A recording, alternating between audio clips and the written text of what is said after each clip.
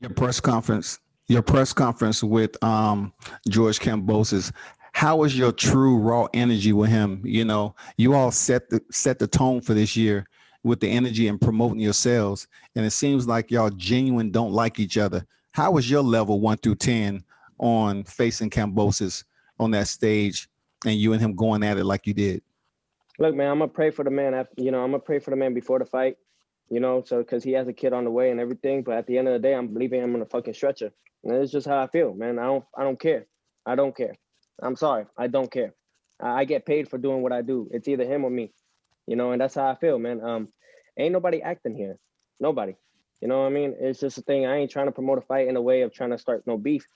The whole thing is I'll do what I got to do in the ring, with these right here. And they feel that pressure. They feel that energy.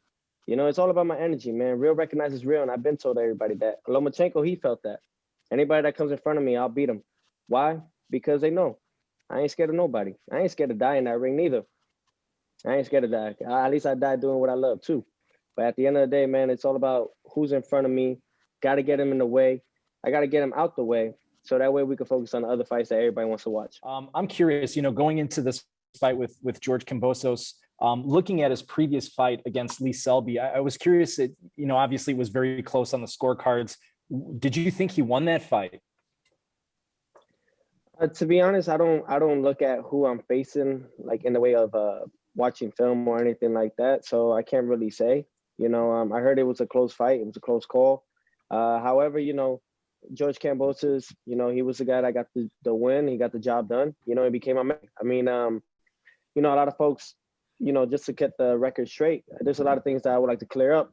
These guys had 4 months after I beat Lomachenko. They had 4 months, and I'm talking about the guys in my division. They had 4 months to send me a contract. Not one did. So this all ended up becoming George Kambosos at the end.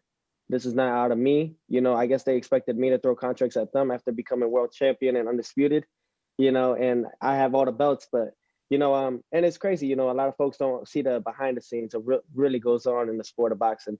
However, I'm just trying to show everybody at the end of the day that I don't duck or dodge anybody, so with Kambosos and everything, I'm not overlooking my competition. I'm just looking straight through, right through them. And that's really what it comes down to. Thank you.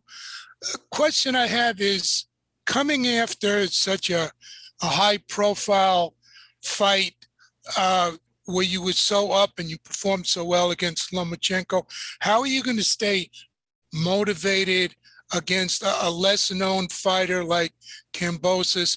And does fighting on Triller, your first time on Triller, add to that motivation for you to perform in this fight? Thanks. Thank you, Eddie, for that question. Honestly, I'll say it like this. It's just the amount of work. It doesn't stop, At the end of the day, I'm not fighting George Kambosos. I'm fighting myself, and that's what I always go in there. When I fought Lomachenko, I wasn't fighting Lomachenko. I was fighting myself, and that's how I am. The only person that could beat me is myself. That's the end of it all. I'm my worst critic, and I am my toughest competition. So those are the things that I play in my mind. I act like I don't have it all, and that's why when people ask me how I feel like a champ. Doesn't mean even though I'm an undisputed world champion. And then being on the platform like Triller, they give me that opportunity to boost up my numbers on the social platform because, that's nowadays in this modern day era, it's all about social media and how many followers you have, apparently, which kind of saddens me in a way that you could become undisputed world champion. But back then in the 80s and 90s, you became undisputed world champion. You were on top of the world. Now it's a different stage, So it's all about just catching up on the numbers as well on the social platform, and just putting myself out there even more. I think that I finally bursted out into that bubble of, this right here, this fight for me is bigger than the Lomachenko fight. And why I say that is because it puts me in a position now. My first pay-per-view fight. But and the numbers that we are going to generate from at only 23 years young, 16 fights in, just the whole way I look at it is the outcome of it all. It could put me from superstar to mega superstar, and become that it could bring me into that 9-figure status eventually. those things take time, and I know that, but I know what it is, and I know what to bring for the fans and for everybody. I know what they want to see. When you see Teofimo, you never know what's going to happen. People want to see it. At the end of the day, people could talk about what they want to say and how they feel about me, but I go out there and I get the job done every time. All right, thank you. Good luck in the fight. Champ, how's training camp been going? Training camp has been phenomenal. This is week 10.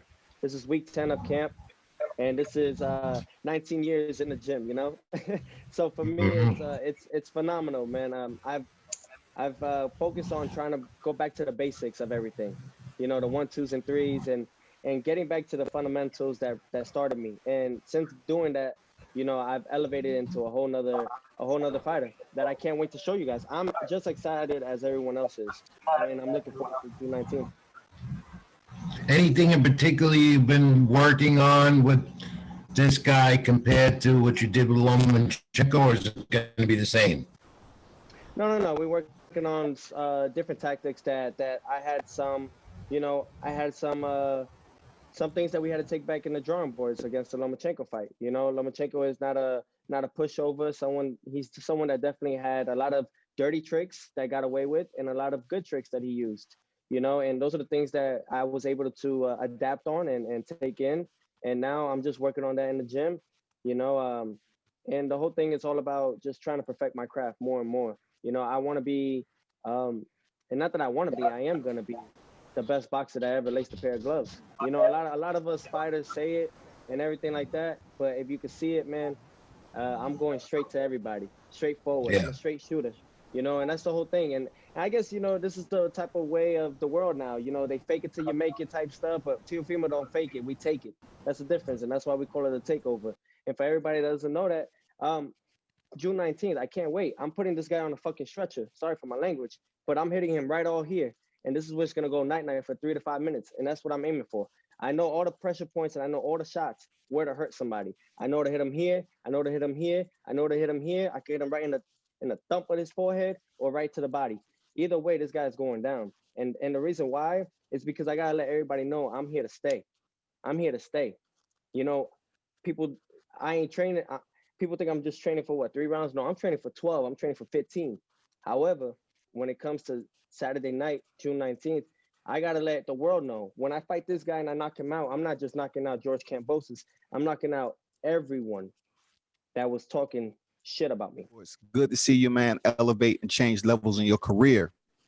I don't think I've ever seen a mandatory be promoted like Triller has done for you.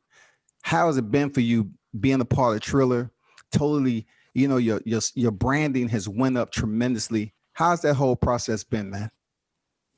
Man, it's phenomenal, man. Teamwork makes the dream work, and right now we have with Triller a collaboration that they're making it work, man. I think they see the potential, and that's why they put the amount of money that they did in this fight. They see the potential and the type of stardom of a fighter I am. I think we all see it. However, some just trying to stop Teofimo and keep him at this level, when in reality there is no level. And I'm very thankful for Triller, man. It may be unorthodox, however, it's what we need in the sport. It's what we need. We need some excitement. UFC is doing a phenomenal job, but what's up with boxing? We can't make these great fights happen because of these promoters and because of alter egos and because of pride. Pride is a devil, man. And these guys don't want to make these fights happen because of X, Y, and Z. They want to keep it at a certain pace. Boxing ain't like that no more. Boxing has changed. This is the new modern day era. And my whole thing is, even if I get stuff for it, I'm gonna be real, man. I'm always gonna be honest with everybody in the public, man. These guys, maybe the fighters do want to fight each other. However, it's just those in the middle, the middlemen. They get involved and they don't want to make those things happen. And but I'm very thankful that I'm able to showcase what I could do. And June 19th, man, I'm very thankful, man. We're gonna have J-Lo, Maluma, J Balvin, Meek Mill. The Greatest Showman is gonna be right here. It's a whole theme, man, and it's gonna be phenomenal, man. And I can't wait for the way that it's all gonna play out come June 19th.